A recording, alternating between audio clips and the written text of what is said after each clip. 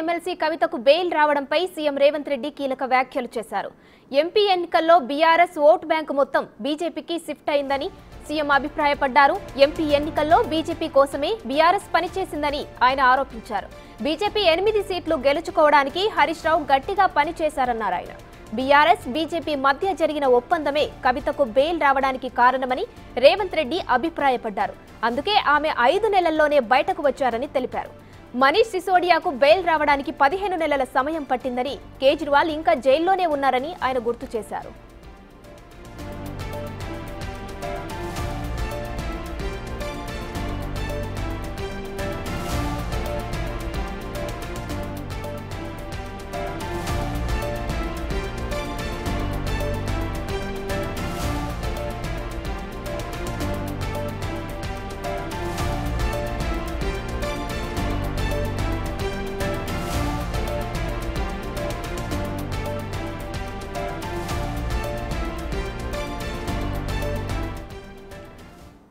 కవితకు bail రావడంపై CM Revanth Reddy కీలక వ్యాఖ్యలు చేశారు. దీనికి సంబంధించి మరిన్ని డీటెయిల్స్ మా deputy bureau chief Sadiq live లో అందిస్తారు. సాదిక్, కవితకు బెయిల్ రావడంపై సీఎం రేవంత్ రెడ్డి కొన్ని కీలక వ్యాఖ్యలు చేశారు. దీనిపై డీటెయిల్స్ ఏంటి సాదిక్?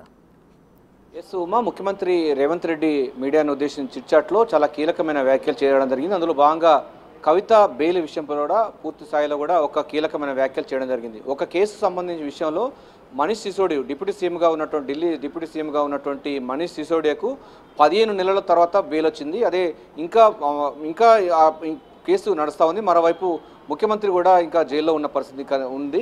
కానీ కవిత కేవలం 166 రోజుల్లోనే బెయిల్ ఎట్లా వచ్చిందన్న దానిపైన కూడా ఆయన మాట్లాడడం జరిగింది. బెయిల్ రావడానికి తప్పు పడడం లేదు, కానీ ఒక కేసు సంబంధించిన విషయంలో సహజ న్యాయ సూత్రాలను పాటించకపోవడంలో బీఆర్ఎస్ సంబంధించినటువంటి వాళ్ళు బీజేపీకి తొత్తులుగా వ్యవహరించడం వల్లనే ఈ బెయిల్ వచ్చిందని కూడా స్పష్టమైనటువంటి ఆరోపణ చేయడం జరిగింది. అందులో భాగంగా గజ్వేల్, సిద్దిపేట, సిరిసిల్ల ప్రాంతాల్లో బీజేపీకి ఎక్కువ మెజార్టీ రావడానికి మొన్న పార్లమెంట్ ఎన్నికల్లో వారికి మెజార్టీ వచ్చింది.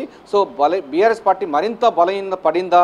ఎందుకంటే ఎక్కువగా ఉన్న సీట్లు ఉన్నటువంటి పార్టీ మొత్తం ఒక్క సీటు రాకుండా ఉండే విధంగా పూర్తిగా తమ అవయవాలన్నీ దానం చేసి బీజేపీ పార్టీని గెలిపించింది. అందులో భాగంగానే ప్రతిఫలంగానే కవితకు బెయిలుకు మంజూరు చేసిందని కూడా ముఖ్యమంత్రి రేవంత్ రెడ్డి వ్యాఖ్యలు చేయడం అన్నది ప్రాధాన్యత సంతరించుకుంది. రాజకీయ వర్గాల్లో తీవ్ర చర్చ కొనసాగుతున్న సందర్భం కనబడుతుంది. ఒక కేసులో ఒక్కొక్కరికి ఒక్కొక్క రకంగా బెయిల్ ఎట్లా ఇస్తారన్నపైన కూడా ముఖ్యమంత్రి రేవంత్ రెడ్డి అయితే స్పందించడం జరిగింది. మనీష్ సిసోడియా 15 నెలల పాటు జైల్లో ఉన్నారు. అదేవిధంగా అరవింద్ కేజ్రీవాల్ కూడా ఆయన ఇంకా జైల్లో ఉన్నారు. మొన్న బెయిల్ పైన వచ్చినప్పటికీ మళ్ళీ జైల్లో ఉన్నాడు. కానీ కవిత మాత్రం బెయిల్ రావడం వెనుక డెఫినెట్గా బీజేపీ యొక్క ప్రోద్బలం ఉంది. అందులో భాగంగానే బీజేపీకి సహకరించినందుకు బీఆర్ఎస్ పార్టీకి ఇది ఒక గిఫ్ట్గా ఇచ్చినట్టుగా అర్థం చేసుకోవాలని కూడా ముఖ్యమంత్రి రేవంత్ రెడ్డి చెప్తున్నారు.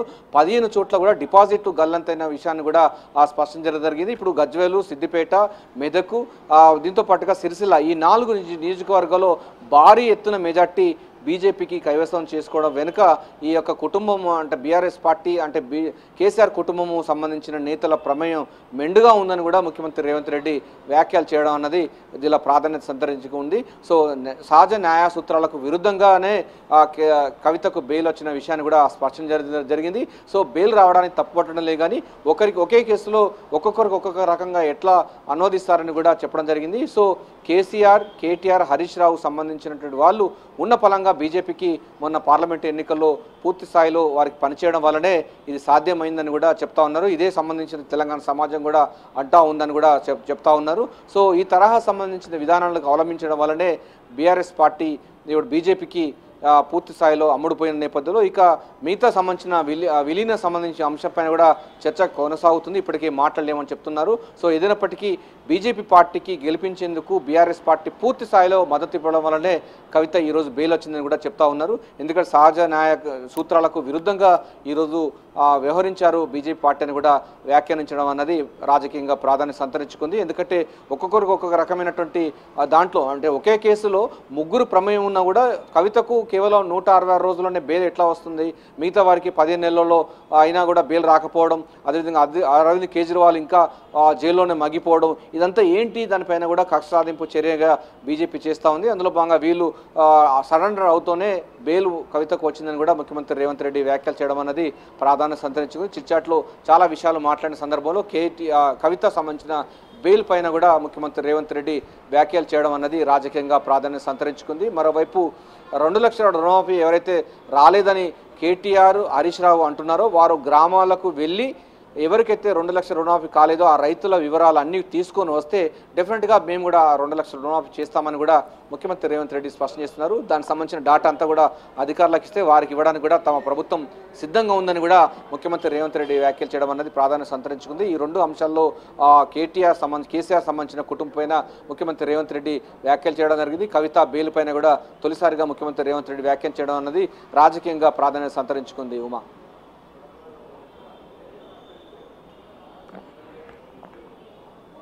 Right, thank you Sadiq.